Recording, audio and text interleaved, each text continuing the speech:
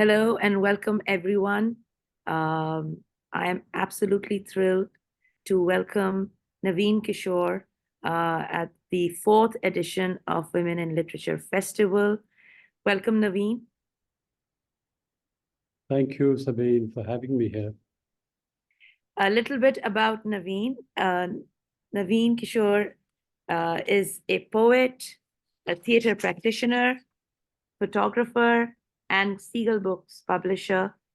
Seagull Books, just a bit about Seagull Books, publishes world literature in English translation, serious nonfiction, culture studies, performance studies, art, and cinema. Naveen's two books of poetry, Knotted Grief and Mother Muse Quintet, have been published by Speaking Tiger.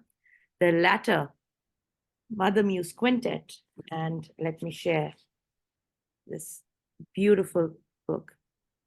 I've got notes in it as well, is the focus of our session today.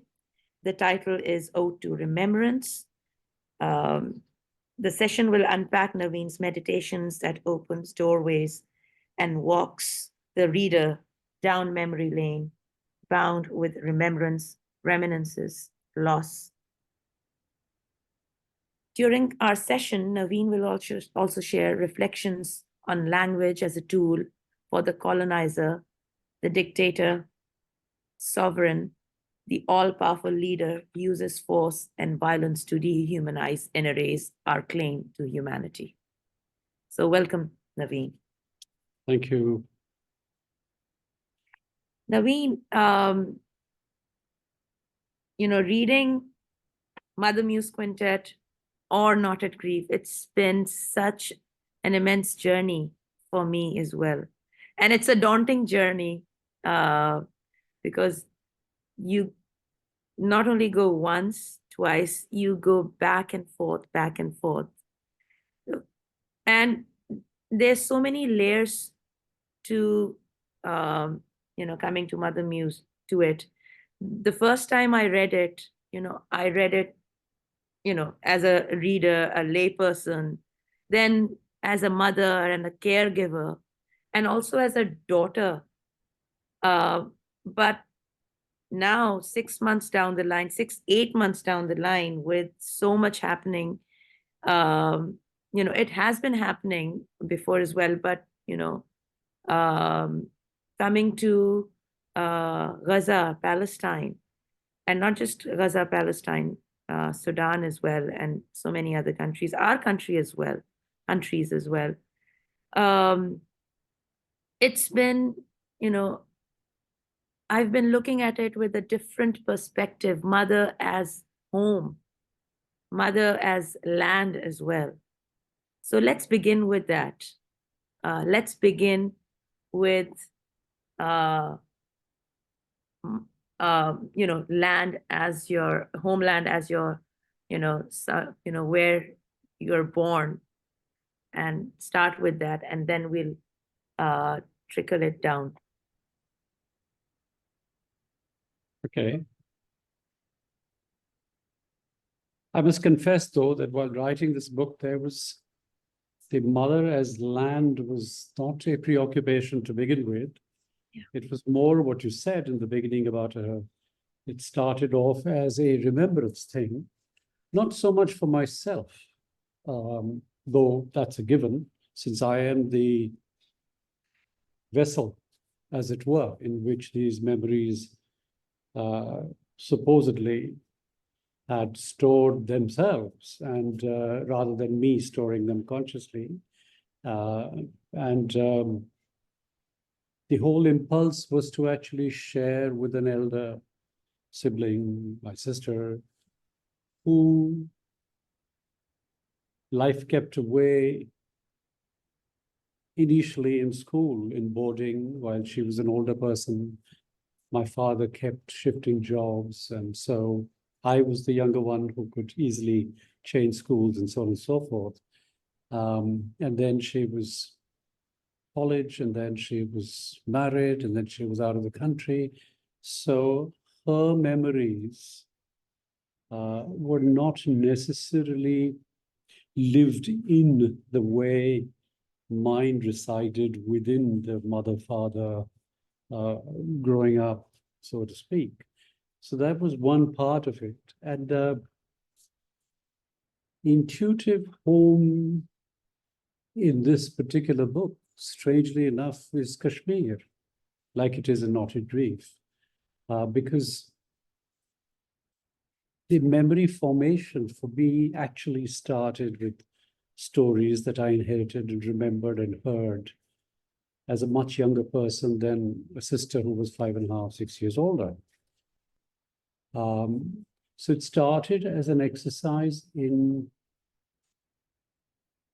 I think, dealing with a mutual grief, but more as a, in my case, gifting her things that she may not have remembered about her parents, her mother, different. And through the telling of these mother's tales or mother stories, giving her a sense of, her birthplace, as it were. The irony, of course, is that her birthplace was Lahore. She was a midnight child. She was a curfew kid, Wow. 1947, 20th June, city in flames, all that sort of stuff.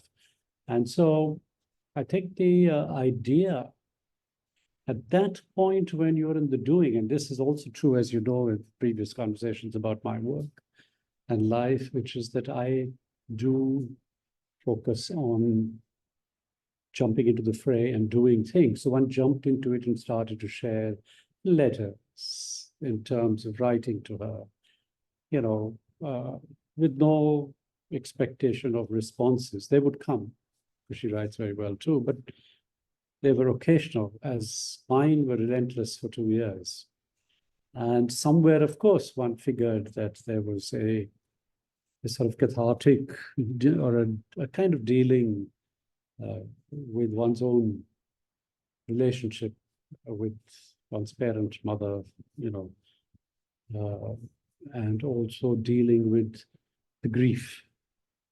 I'm not necessarily a consciously grieving person in the sense that I don't necessarily articulate it in conversations because I get too busy with the logistics of life to deal with in the nicest possible way, not like a burden. And there's so much that one does that I learned very early that whatever private grieving there is, you tend to embrace it. And this advice I give to a lot of people around me who are close to me, that if you're feeling really down about something, you need to not resist it or hide from it. It has to be genuinely embraced. It is happening to you at that moment. Until it becomes and merges almost physically part of you, you won't be comfortable. These things don't end, they don't go away. After 12 years, you still walk past her bedroom and, the light is off. So you don't even have to look in to put the light off. It's just, you just open the door and you look and you can still see the many falls she may have had or injuries and so on and so forth. So what I'm trying to say is it doesn't really go away. So when you talk about, so in poetic terms, yes, it does become an ode to remembrance, as you put it so nicely.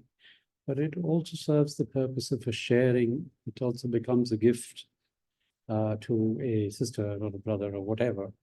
And after a while, you discover that in the act of remembering, the storytelling is not a factual one any longer.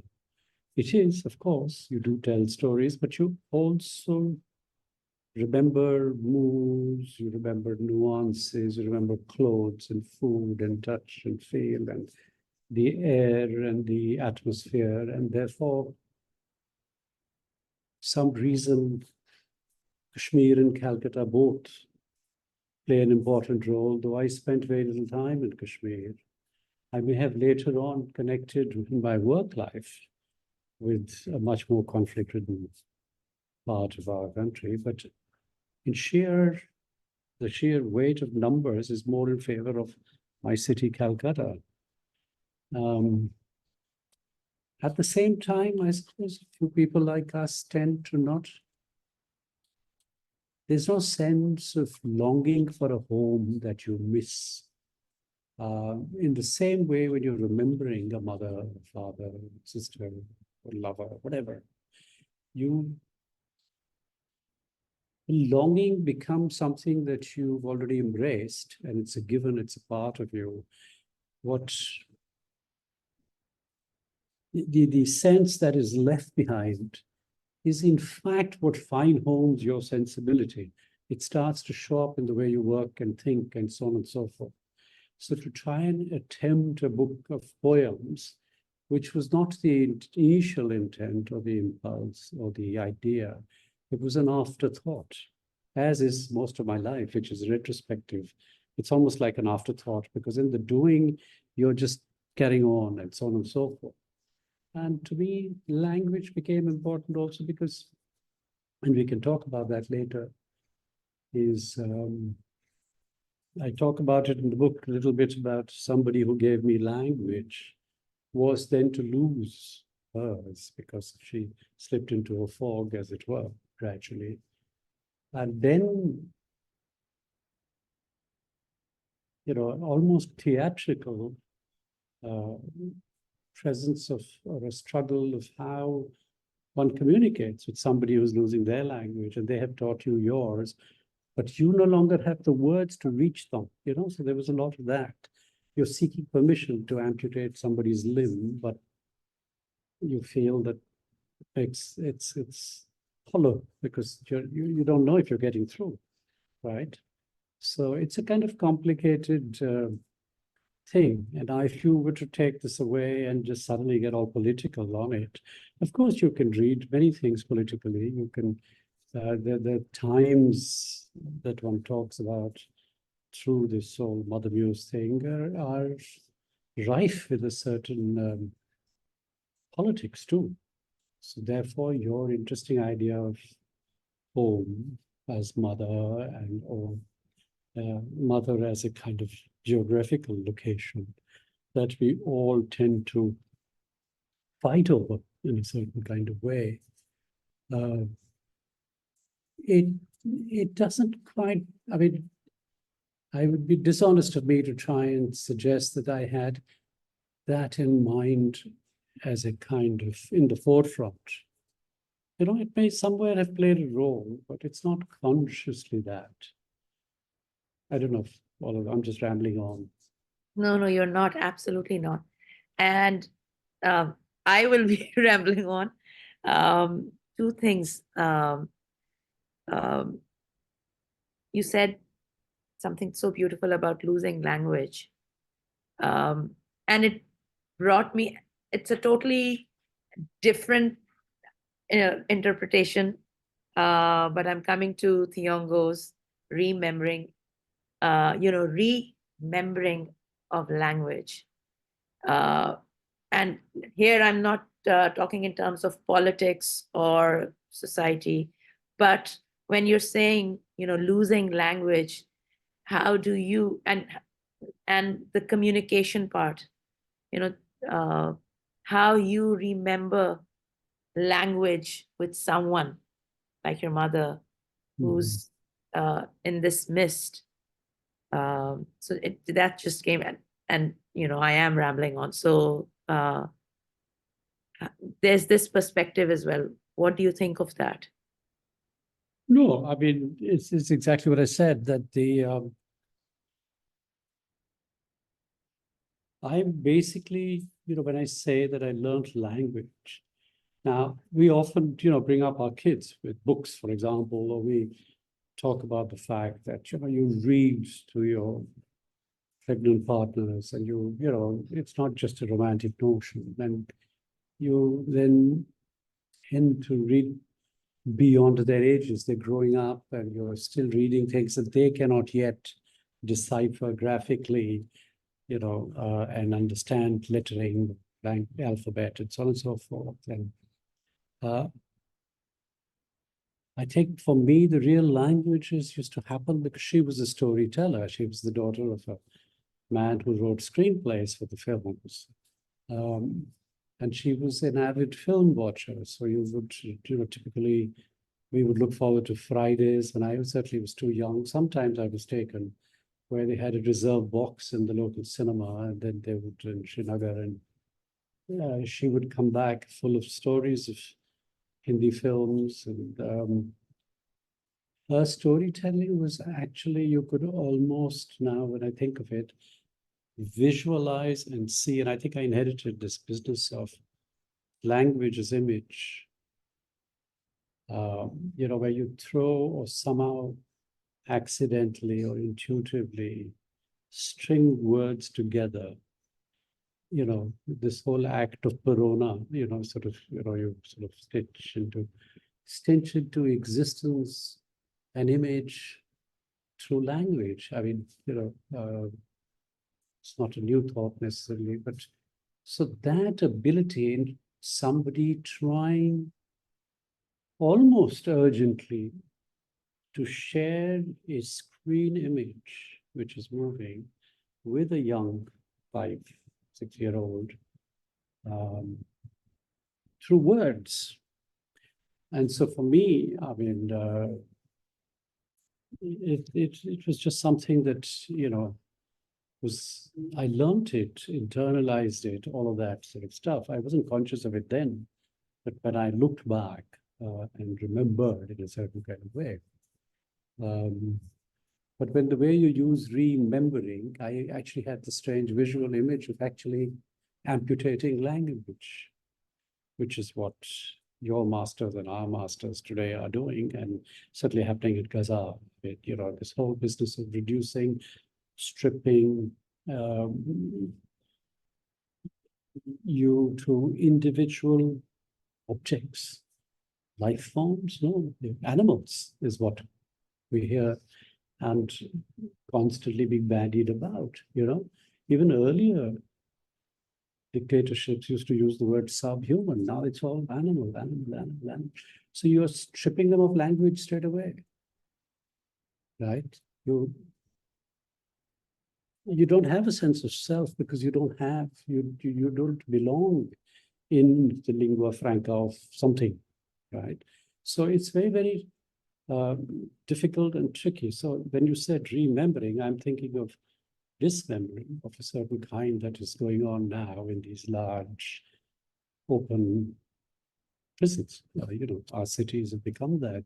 Afghanistan, Iraq, so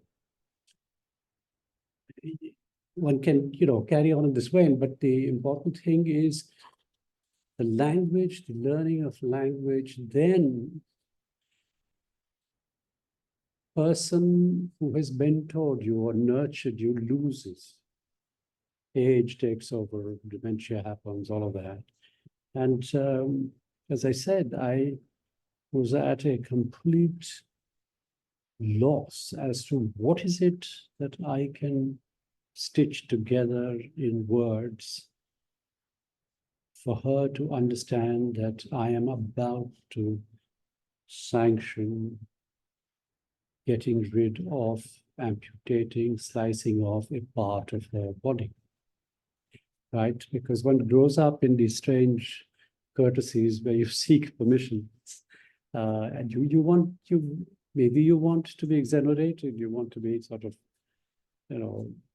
somebody tell you, it's okay, go ahead. That kind of, it's not just the fact of a serious medical emergency.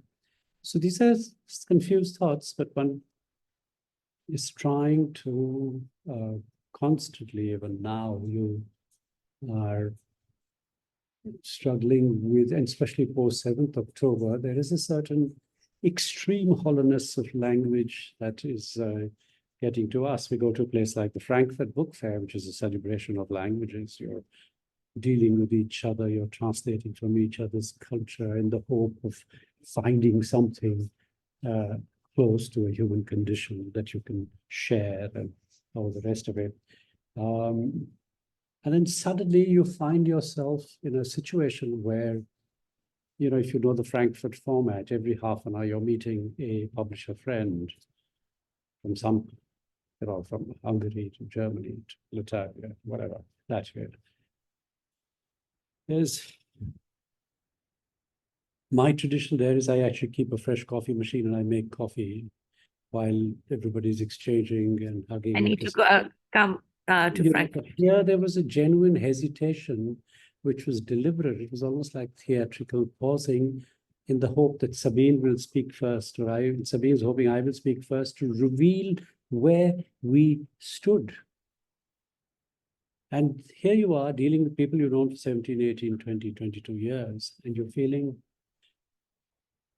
you know, small, that you're having to kind of be unsure or mistrust or whatever. And then once the conversation flowed and you realized that there was a togetherness, and that there was, in fact, a common ground, a common language of understanding what was unfolding around us. At that moment, certainly, there was the whole business of cancelling the award for Shibli and so on and so forth. But it was not just that, it was that what language do we now find that this has happened through various difficult times, right? Lots of philosophers and sociologists have written about it. This whole business of where do you find the words? Where do you find the language? Where you're being denied access to the alphabet. So all of these slightly confused notions are still to find some kind of coherence.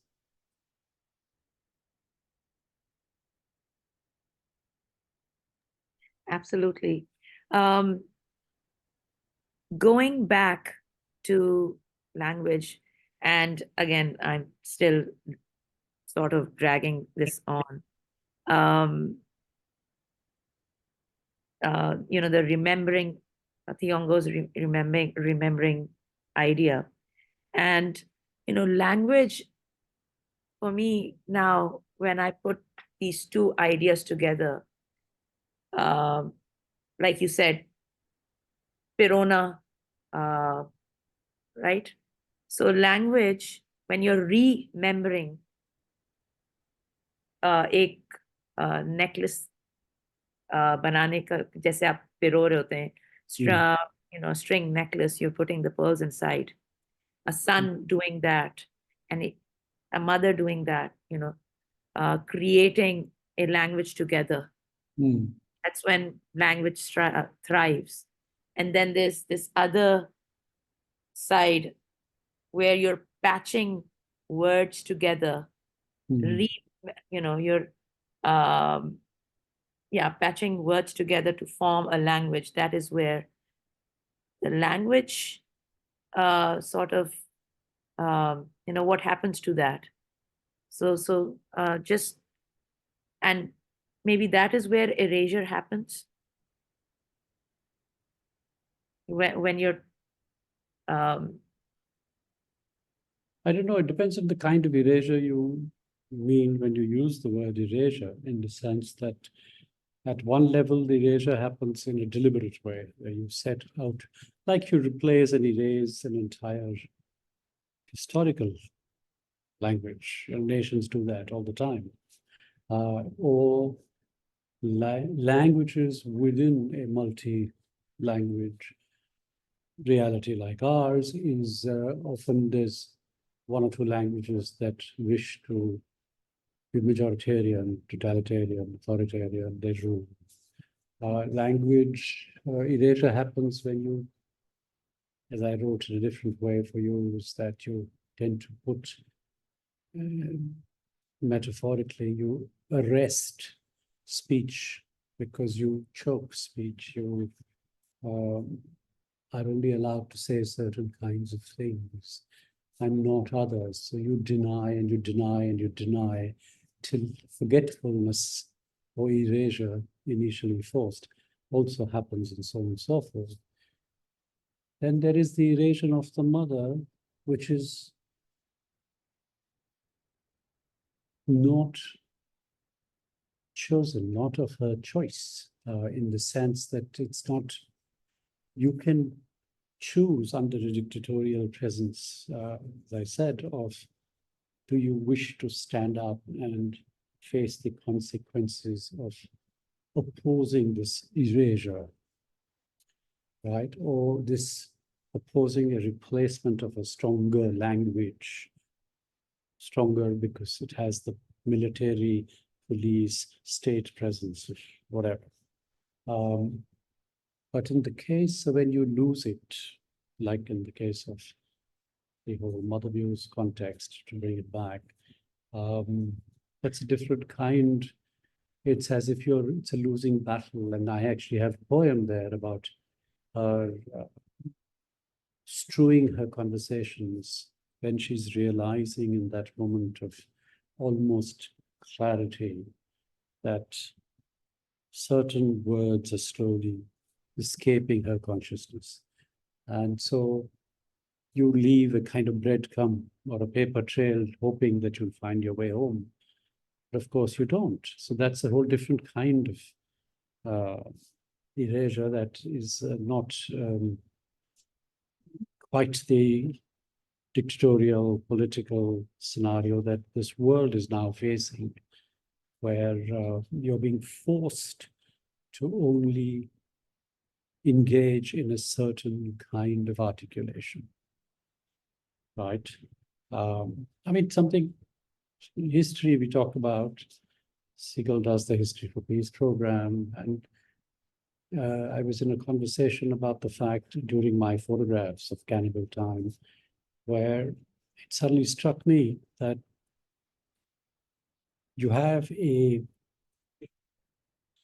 enforced set of historical facts being presented by the ruling powers. You have a vast diaspora that you and I have of certain kind of academia, which is supposedly freely writing about a certain historical incident, which is different now from this new replaced incident in the way we are taught within our nation's boundaries. And then you have the newspaper archives, which in my opinion then become another target now, because the newspaper headlines exist through all of these changes that various governments bring about. What about therefore art and photography? So if I'm 23 years ago shooting the political theater of Manipur, which is based in the theater person's real life and memoir to create all those anguished pleas as performance, on one hand, or I'm taking an incident like Gujarat and the genocidal state-led whatever. What happens 50 years later if these photographs are discovered with references to a Manipur or a Gujarat or a Kashmir? They become remembrances for somebody to then do the detective work of figuring out whose history is it anyway. Absolutely. And it reminds me in the 1980s in Pakistan, when General Zia was ruling the country, talking about censorship and language, there were, if you look at Dawn, Daily Dawn, the newspaper, there were actually white blocks, like with no words, white blocks, as in, the stories were actually taken out before they were going to print. That's another kind of erasure. And Sure. now when we see photographs of people, who were, there were kode marte the, what do you lashings, public lashings. Now these are part of history, and that's another kind of language as well. Um, and so there's this censorship, and this kind of censorship has a language that the public, the masses, the people can read into it, right? So they, a story may have been taken out, but that white piece of block also tells a story, doesn't it? Sure, yeah, I mean, it's what you leave out of the frame. If the photograph is successful, it hints at what is not in the frame. So, yeah.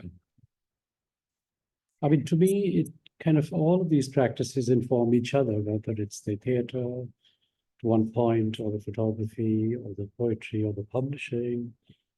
I think it's important, and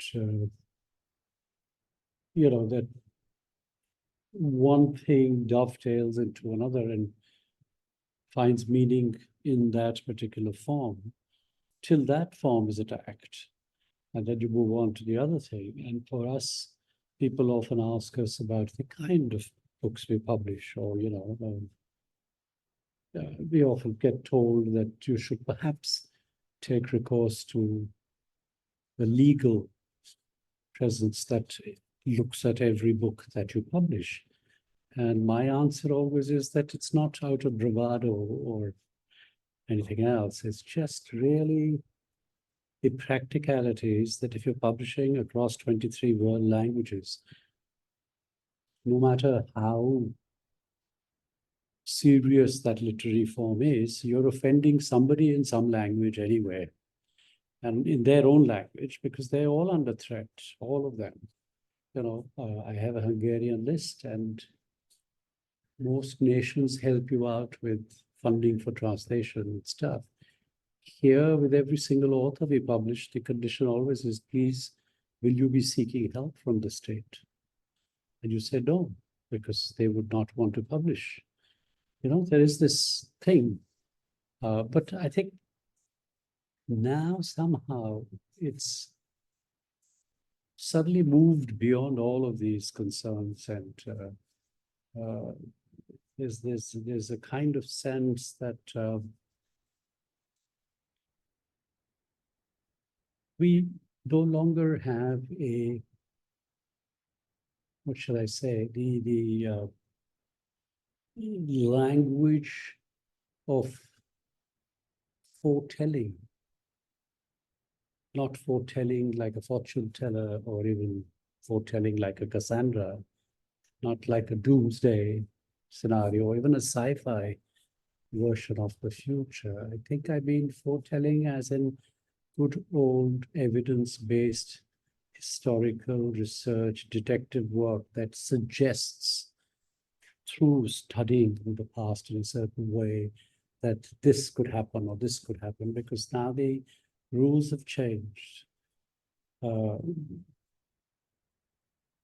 certain societal courtesy, or a societal courteous logic, or a societal courteous logical legality to which you and I as citizens should have recourse, all those have now been ripped apart, whether, so you don't know who to turn to, and who will, be able to show you some sort of a glimpse of what possibly could unfold. Even the irony, of course, is that this is not new. I mean, this is something that has been going on and on and on across races and colors and everything. And it's just that it's now sort of erupted in a way that it is all pervasive now. It's not just in, I mean, if you had a multiple bunch of passports to choose from, what would you possibly choose? Indeed, indeed. Going back again, to the act of remembering. You said something about storytelling, when you're remembering, or when you're, while you were writing, creating verses for Mother Muse.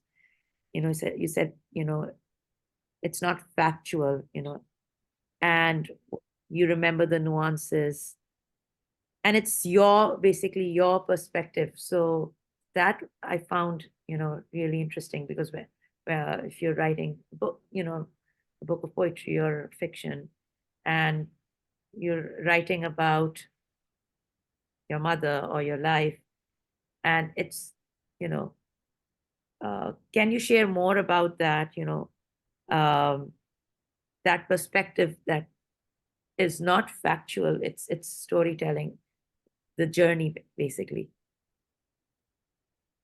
But it's not consciously crafted in the sense that you don't have a master plan other than the aim, as I said, of sharing, right? Therefore, you have to remember. Often the act of remembering once triggered, it's almost like reading books. I read a book that you write and it talks about a particular set of incidents and which trigger a whole set of other readings, or the footnotes of your life at the bottom of the page lead me to reading 10 other books to make sense of what you're saying. So it's really, the memory thing happens, mathematically at great speed. Nothing is ever too small. It could be a walk that you, as a school kid, take after you come back from school, that you have a bite, that you do your homework, and then you're a companion to this woman, and you go for a long hour and a half walk because that's what she likes, and then you talk. And you're comfortable. There you're both adults, you're not in a relationship with child, mother, whatever. So those, now when you're remembering those, to me, it's perfectly at ease and perfectly comfortable to also create a memory of the moment. Sometimes it's wishful thinking that, you write in a way that may or may not have happened. You write in a way that you bring conclusion to something that may have been half said, because in the intervening years, there have been other conversations that suggest that could have been the meaning then. So it's a very fluid, it's not a rigid compartmentalist chronological thing that at such time, such thing happened. Or when you're philosophically commenting about her mental state, or making sense of her smile for a 75th birthday gift of a mirror, or, there is, of course, theatricality to it, which again comes naturally. To me, memory and images is a given when I'm translating to language. It is the language of drama for me always. I see the lighting and I sense the design. So all of these things then appear as truthfully, as honestly to the protagonists, which is the mother, the son. And there's another protagonist, which is the language, which is trying to communicate nuance to you, the reader, because that is the nuance that will connect to your personal grief, your personal remembering, your personal condition at that given moment of when you choose to read that book, right? If you read the book today, feeling the way you are, you often talk about coping with a certain kind of illness, so, which is different from reading it, taking a bus ride in Karachi, so there's a lot of things, and each one of them, to me, it becomes successful when I jog your memory in a way that is the closest we can get to embracing, right? And that, I think, is what turns it into some form of, art or whatever, literature, or whatever you wish to call it. But none of it is recollected in any kind of tranquility, to paraphrase. It's kind of unbidden, reaching into yourself, and sometimes you will connect three sets of memories. Sometimes you will insert yourself into an inherited memory, as I do, where I've heard so many stories about a particular incident, but I'm not even born when I write and share and relive and depict and design that seen through words, right? Because there are no images there. But it's perfectly natural to give myself a certain age of a 4-year-old under a bed while she's dying of something. That's just stories I've heard. Those are my memories too, and therefore I treat them as my inheritance, or as I said somewhere, my virasat. This is my jagirdari, if you want to be dictatorial. But it's you know what I mean. There's a kind of I'm sure there are more patterned, structured ways of writing a memoir. But for me, the primary thing is performing the memoir. So I tend to relive all of these things. In that sense, accidentally, this business of keeping memory alive, what one actually does is keep that absence alive. Those spaces that the loved one has left behind are alive in a very comfortable way, and effortlessly in some ways. That is not to say that the opposite can also often be true in some bizarre kind of way. I don't know if that makes sense, but It does, just which is why exploring. I've got notes coming up now. You said, and this was really interesting because, we think when, even academically, as in schools and universities, the narrator is the protagonist as well. The hero or the heroine, they're the protagonist. Language as a protagonist, that's something so interesting. And you said, when you're writing, you can be theatrical voluntarily or involuntarily. And here, again, I go back to saying that, as a son or as one of the protagonists, you are the way you feel as a 6-year-old or a 10-year-old or a 30-year-old protagonist. And, those, that is, that, for a 6-year-old, we may think it's theatrical, but for a 6-year-old, that's not theatrical. I don't know if I'm being very coherent here. It's how you're visualizing it as a 6-year-old, and you are remembering that now as a 6-year-old, as a 30-year-old, or as an XYZ-year-old, right? Mm. And that's one thing. And the other thing is you're keeping that memory alive through those theatrics, through those, these are flags through which, you are remembering those beautiful moments as well, or those moments as well. Does that make sense? Yeah, sure. I mean, in the sense that I've often felt that each one of us inhabits so many. I mean, in fact, our being is inhabited by so many different characters, all played, as you said, in different ages by oneself, perhaps. But this sort of a being full of a cast of characters, whichever character suits the moment, or is able to deliver at a particular moment. That's one sort of theatrical device, if you like, that can come into play. But for me, when I talk drama and theater, to me, the lines between drama and real life are very blurred, in the sense that one actually, I don't know, I keep repeating this, I don't know what it even means any longer, which is that I see language. I see the time of the language making its presence felt, whether it's at sunset or sunrise or in the afternoon, or, especially the afternoons are very important for literature, I think. The literature is full of afternoons of various kinds. But I see them in the sense that I can see their posture, I can see that how they walk and sit, and,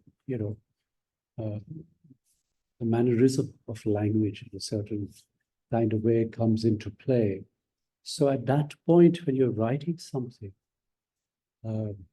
it's intuitive. Your what you might call the craft of poetry also becomes part of what you're saying.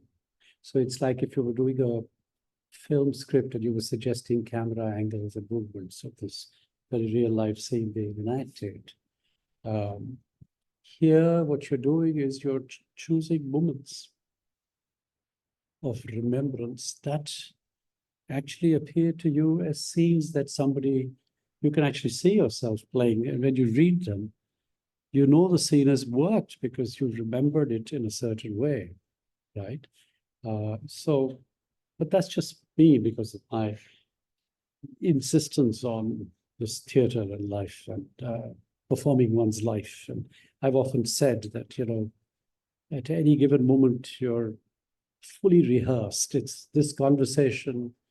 I've spent a lifetime rehearsing for this conversation because, you bring to this every moment of sharing a certain fresh vulnerability because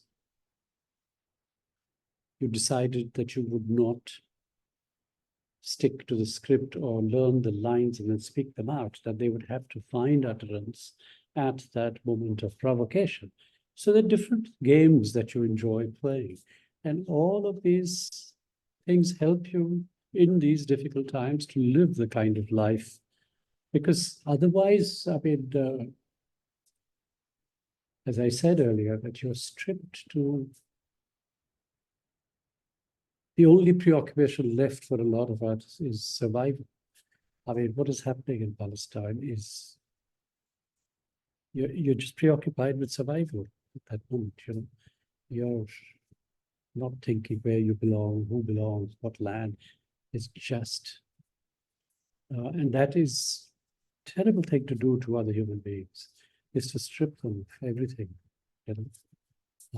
And therefore, language, which you started with, or remembering, or remembering, or even an ode. But even now, the only difference is that one no longer feels that one is capable of writing an ode to who will remember what is unfolding when everybody is so busy erasing, even as it unfolds, covering it up even as it unfolds.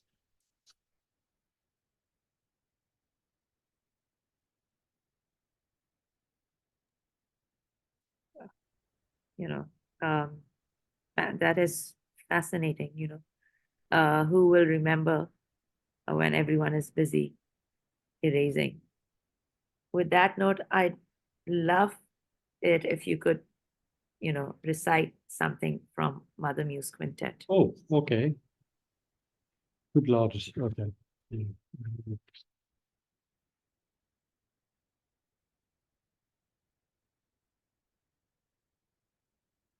Yeah, maybe what we talked about, we could just the first poem, which is she carried crumbs every single morning, the smell of bread every single morning, for as long as I could remember, for as long as she can remember. She never forgot to scatter the crumbs in every conversation, like puzzles or clues, to help her find her way home. Later, much later, when the mist from over there would begin to rise, stretch out, start to take charge, like the inevitable damp cling to things in and around her. Then those scattered clues, like markers in a treasure hunt, those planted hints, they were the advance guard in a war that would surely take place. But in her innocence, she had failed to realize that the first casualty would be the power lines, short-circuited.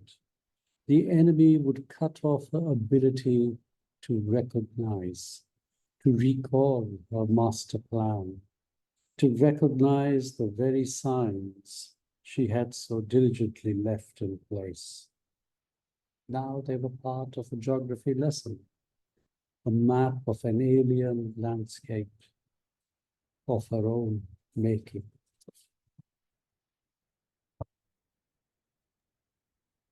Thank you so much, Naveen, for that.